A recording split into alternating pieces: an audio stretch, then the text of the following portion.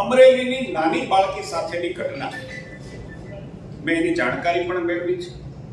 અમારી સંવેદનાઓ એ પરિવાર સાથે એ નાની બાળકીઓની સાથે છે ને હર કોઈની, ગુજરાતના હર નાગરિકની સંવેદનાઓ, એમાં પક્ષ પ્રતિપક્ષ થી ઉપર ઉઠીને દરેકની સંવેદનાઓ આ ઘટનાઓ માટે એ બાળકીઓ સાથે રહી છે. સરકારે રાત્રે જ આ ઈસમની ધરપકડ કરી છે, પરંતુ મારે દુઃખ સાથે કહેવું પડે કે ગુરુ અને શિષ્ય, શિક્ષક અને શિષ્યના જે પવિત્ર સંબંધો જે પ્રસ્થાપિત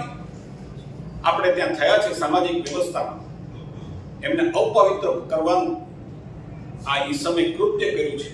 રાજ્ય સરકારે પણ એના પર કડક કાર્યવાહી, કાનૂની ગાળીઓ